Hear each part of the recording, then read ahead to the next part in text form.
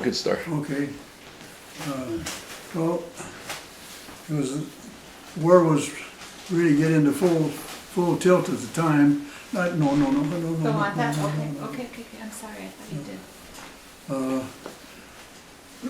Going at the time and so forth, and if your birthday fell before first of the year, you didn't have a choice, they drafted you. If your birthday fell after the first of the year, and then the county draft board and so forth would send to the different schools in the county their quota in order that they had to fill,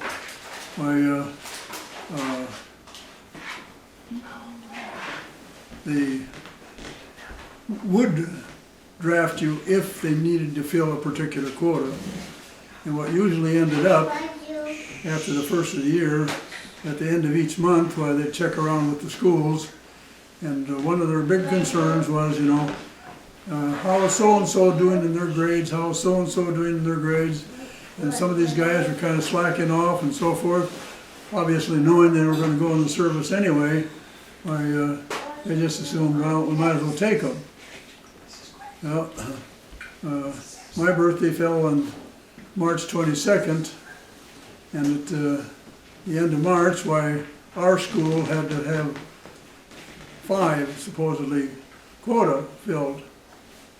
And so at the end of March then, we got our notification to report, and so 5 of us were on a bus with some others from Elmore and Winnebago and wherever down there, other places, and up to Fort Snelling. Well, after we went through all of their physical rigmarole and so forth, they said, okay, everybody line up outside. And then some big officer and so forth stood in front and said, okay, those that want to go into the Marines, 1 step forward. Get in that bus over there. And so they did. And then he said, all right, those that want to go into the Navy, 1 step forward. And we kind of decided that amongst the 5 of us. 1 step forward and go in this bus over here. And then it was the federal building downtown Minneapolis that was the naval base, or you might say induction station for the state of Minnesota. And so they took us down there and ran us through all of their rigmarole. And then when they got done at the end of the day, they said, well, lined up, and he said, we've checked, and the Great Lakes Naval Station right now is filled with Navy guys. And the same is true for San Diego.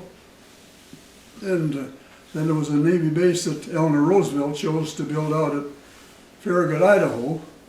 There's a 3rd one, and it's completely dismantled and so forth now, but anyway, it was there, and it was filled. So that they said, well, we're going to let you guys go home and go back to school, and not promising that you can graduate or anything, but at the end of the month, so at the end of April then, March, April, got our notices and so forth, and we went in, and they swore us into the Navy. And then there was the same problem at the particular time, but we were sworn into the Navy and everything, so we got to go home again. And then at the graduation back then was before Memorial Day, and so we got to graduate at the end of May, and 2 days later, while I was on a train for Farragut, Idaho with the guys, and then there were different what they call boot camps and so forth out there. And when we finished, want to hear about the gun thing then too? Okay. Anyway, when I was out there, Lake Coeur d'Alene was the place where they did all of their water training and stuff like that. And I remember the time we had to go to the rifle range, and when we were all done with our shooting and so forth, lined us all up, and the old officer hollered, "Aggressor, Sandholm, front and center." And I thought, oh my God, you know, what happened? And so we marched up in front of him and saluted, and he was looking at the results of the shooting. And he says, with shooting like that, he says, I think I could get you a transfer into the Army or the Marines. And we gulped and so forth. And I said, well, sir, I said, aren't we already sworn into the Navy? And he said, yeah. He said, you want to stay in the Navy? Well, I nodded right away, and so did Gresser.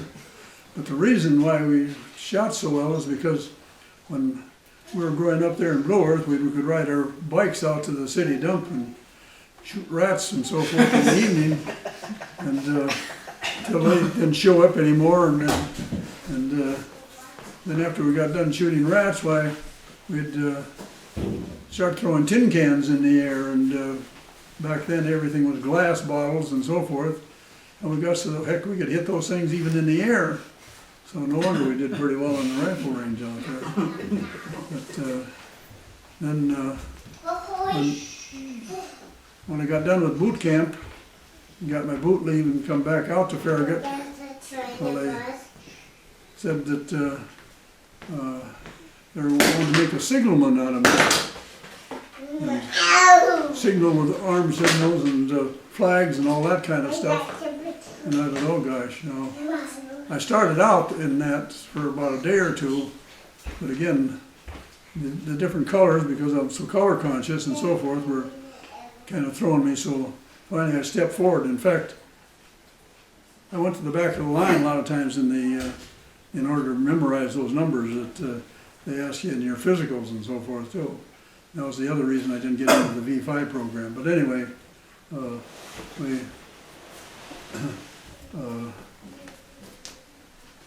they said, well, we've got a electrician course going that's starting. How would you like to try that? And I figured, well, okay, give it a whirl. And so that's where then I got my first, I think it was a month, 4 weeks of electrical training. And then from there, they shipped me out to San Francisco. Was Ford Island? Yeah, Ford Island. There was a little base there and so forth. And that's where they added on the gyro stuff for me. So then I went on a troop ship over to Pearl Harbor, and when I got there, they were expanding a Marine camp and putting up more tents, wooden sides and so forth with a canvas top, and they wanted, so I had electricians and so forth, so that me and another guy were running along those tents and with an electrical cord on poles and so forth, and then dropping a light bulb in through the top of the tents.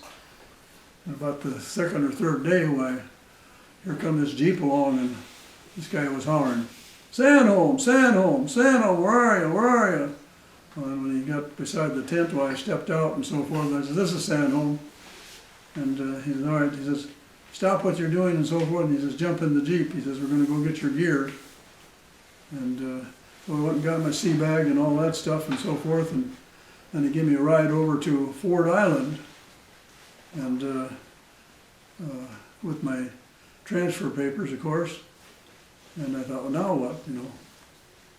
And then that evening, the aircraft carrier had been out taking on a new air group, and they were out practicing takeoffs and landings and so forth on the aircraft carrier.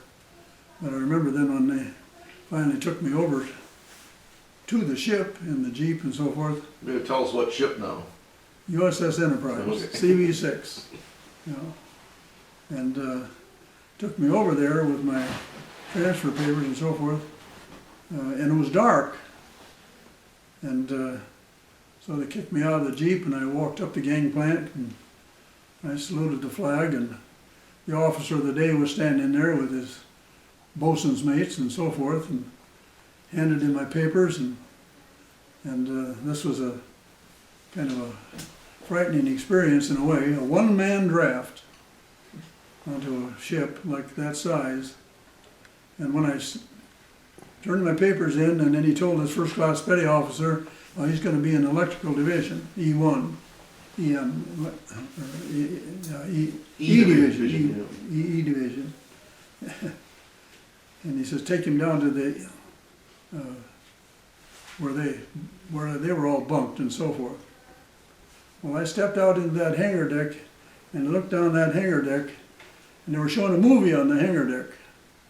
And I'll tell you, that movie looked like it was about 1.5 miles away. I could hear talking and what have you going on down there. But we went down below before we got that far down, and he took me down to the, well, there was only about 2 guys in the billet, and he says, well, after the movie they'll all be showing up here and so forth, so you get to meet them. Well, then when they started showing up and so forth, why this guy said, well, you'll be working with George Woolston. He was a Philadelphia boy, and he was the other than gyro man. So he says, when George comes in, he says, well, I'll introduce you to him. Well, then, in that doggone room, there was only one bunk that was empty, and it was way over in the corner with a great big air duct coming down through the darn thing to ventilate that room that they were sleeping in. And he says, well, he says, I guess that's yours. And I don't think I slept a wink that night with hearing that air and everything else coming down and the noise and what have you.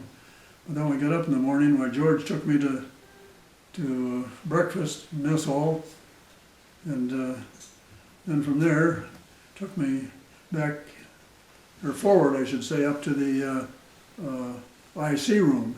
It was called the intercom room, intercommunications. And that's where all of the ship's communications were, such as the sound-powered telephones and the ship service telephones and all of this gyro stuff that was sending messages throughout the whole ship and all this kind of stuff. And so that was my workstation, is the way I understood it. Well, then after he got me in the IC room and introduced me to all the electricians then, he says, this is the guy group that you'll be working with. Well, then he made me climb this ladder straight up in one corner of the IC room, and that's where the forward gyro was. And he said, well, he says, I sleep behind the board there at the forward gyro rather than worrying about somebody coming to relieve me on watch duty and all that kind of stuff, because you had to have somebody on one of those stations all night long. And he says, you want that one? And I says, well, what else is there? He says, well, the after gyro. So man, we took off again, and I don't know how many decks we went up, and went clear through the mess hall and clear back past the med station, started climbing ladders down below and so forth, and went back to buy some storage places and what have you. But I don't know, it was four decks down or something like that was the after gyro room. And the only difference, basically, between the two rooms, the after gyro room had what they called the degaussing equipment, and it was kind of like a great big motor, probably about from that corner to halfway down the window, that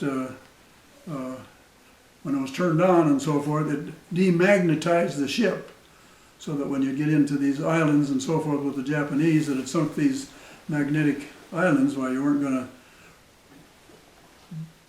to attract one of those and have it bang the hole in the ship's bow and so forth. So that was the only difference.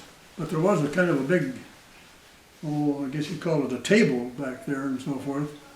And he says, well, if you want to sleep back here, just bring your sleeping bag up here and throw it on there. And he says, we won't have somebody come down and relieve you then, wake you up or whatever and so forth and during the night. And you hope somebody will wake up and come down and relieve you.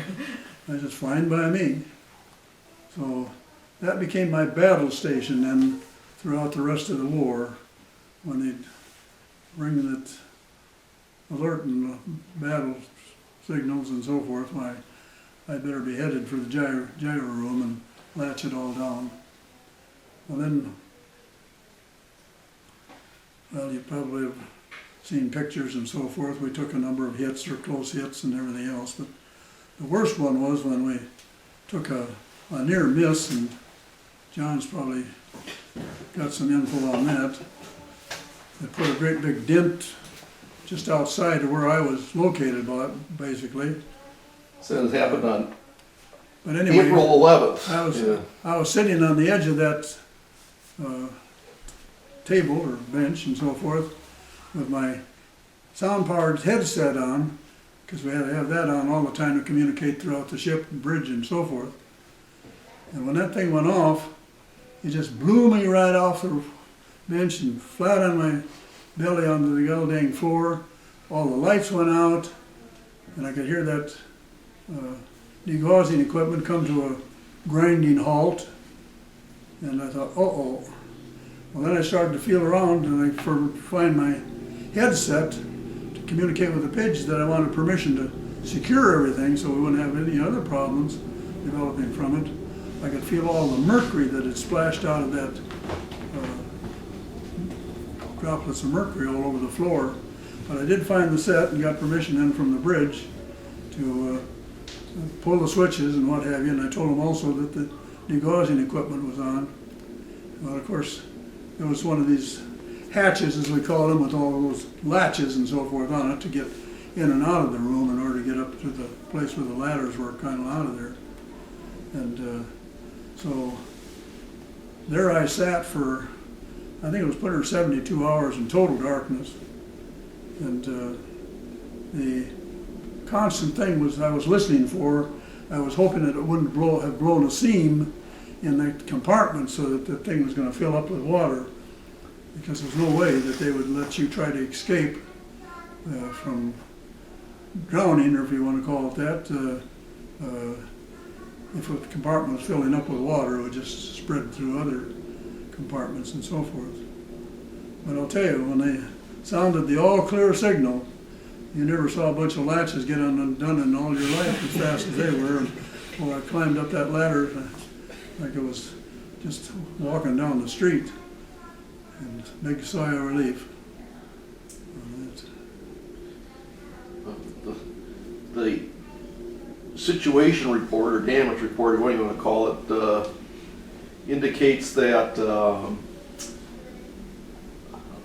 was a kamikaze attack. This was April 11th. Around 13:45, two large groups of Japanese aircraft were noted closing from the north on the Enterprise. The Enterprise opened fire on two planes. One was shot down at about 1,500 yards. The other dived on the port quarter, struck two 40mm mounts, and fell into the sea. The bomb carried by the plane detonated beneath the ship, only about 45, 50 feet away. The detonation of the bomb from the near miss lifted the ship bodily and whipped it violently. Whipping of the foremast induced a flexular vibration of the ship, broke the struts supporting the SK radar antenna, and snapped off about 6 feet of the starboard yard arm. Then it goes on to talk about it slightly bent the number 4 shaft, propeller shaft, knocked out generators. The number 3 shaft suffered more damage.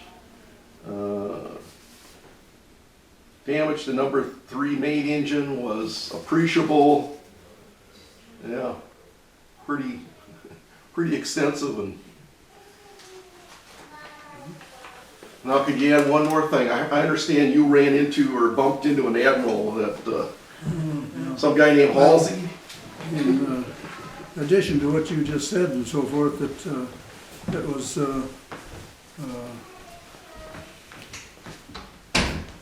probably the closest experience and so forth that I've ever had to, just figuring it's all over with, that situation there. And then John wanted me to talk about another incident when well, again, you can imagine a bomb, and here's a giant aircraft carrier, and that damn thing was just like it was lifted out of the water and shook like a dog shaking a bone, for heaven's sakes. And that's what caused all the ruckus, but anyway. But this other incident was the Admiral Captain, I can't remember what it, but anyway, was sitting out on up in the bridge and watching the exchange. They'd catapult a plane off the front of the plane, land one when they changed the air group for air patrol. Catapult one off, land one. Catapult another one off, land one. And that continued until the whole exchange took place then for whatever length of time. But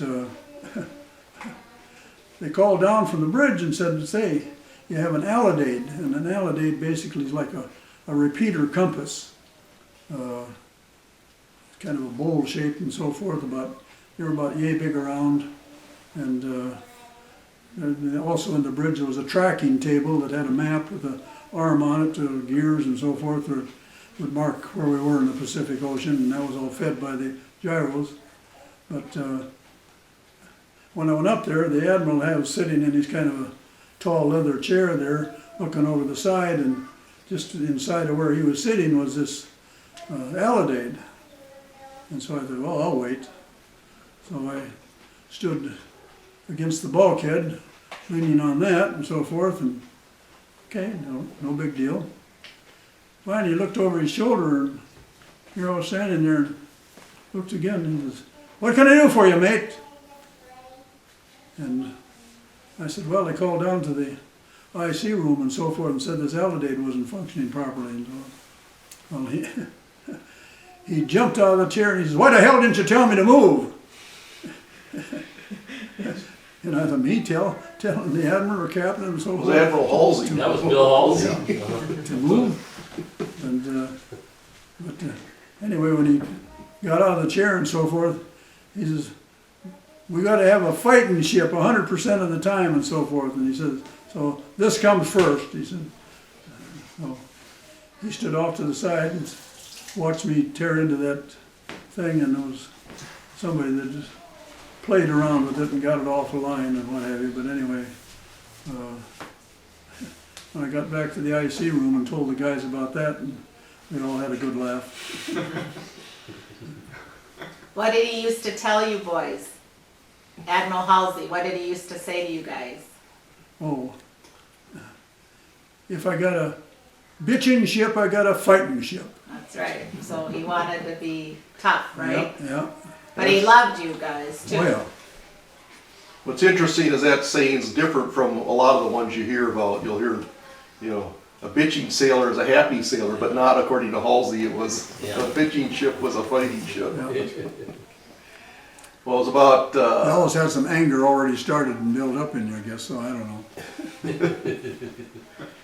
Well, then it was only about a month later in May, when that kamikaze attack was successful and went through that forward part of the ship and blew the flight deck off, and that kind of ended. There's pictures of the forward elevator blowing about 400 feet up in the air on that one, and that's the one that took us out of commission. That was Battle of Okinawa, and so they sent us back to, I think it was, I don't know, Anahuac, one of the smaller islands anyway, and they just took one look and said, "There's no way we can repair you here," so they sent us back to Fort Island, Pearl Harbor, and they also took a look at it and says, "No way do we have everything to build another forward elevator and all the equipment to put in here."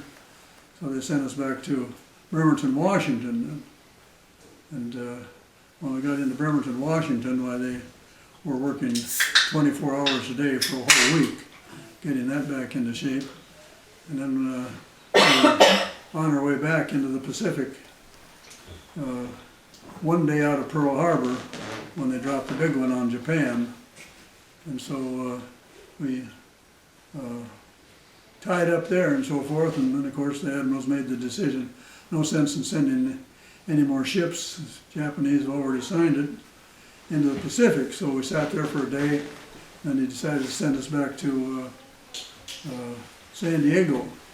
We got back to San Diego, that's when they came aboard with cutting torches and cut all of our side mounts off, gun mounts off. So they just dropped them in the water so we'd fit through the Panama Canal by about that much in order to get around to the East Coast so we didn't have to go clear around the tip of South America. And that's when they let all of the Airedales, as we call them, the air crews and so forth, off in San Diego. That was ship's company and so forth, so they had to all stay on till we got to the East Coast. We got over to Norfolk, Virginia, and tied up there. Well, then they let a bunch more guys go off and so forth, and I figured, well, they're going to let me go off too. And went down to see if I could get my discharge papers. And the officer pointed his finger at me. He says, "No, Sandholm, you're frozen." I says, "Frozen?" And I said, "Yeah." And he says, "I want you to go up on the hangar deck and see what they're doing." Well, then they were welding pipes in the hangar deck and stringing canvas amongst them so that there was enough bunks and so forth there for about 3,000 GIs. Can you imagine a ship, you know? We already had 3,000 guys put on it. But anyway, 3,000 GIs. And so we went to Liverpool, England. We brought them back to New York City. And I think that was Navy Day, wasn't it, John? Well, anyway, That's the story. brought them back to New York City. And I figured, well, okay, you know, I can get out now. So I tore down there again because they let some of the other guys off. He says, "You're still frozen." And I said, "Geez," I said, "I could have trained somebody with less points to get out than me from one of these other ships." "No." He says, "You know this ship backwards and forwards, wherever doggone piece of equipment." We were in charge of the ship's, they called it the Sword, which kept track of the number of knots you were making through the water. And like I say, all the other communication equipment was that type of thing. So he says, "You're still frozen." So I went to Le Havre, France, brought another 3,000 guys back to Boston. Same old, still frozen. So I ended up going to Naples, Italy, and getting another big group and so forth, and brought them back to Norfolk, Virginia. And let those guys off, and then when I went down there, he says, "Well," he says, "I think this is our last trip." So he says, "When you mothball all of the equipment that you're responsible for," he says, "I'll give you your discharge papers." And there again, I don't think I slept for 3 days and so forth, 72 hours at least, working day and night in order to get all that stuff mothballed so I could get the heck out of there. And filled my sea bag and shipped me home.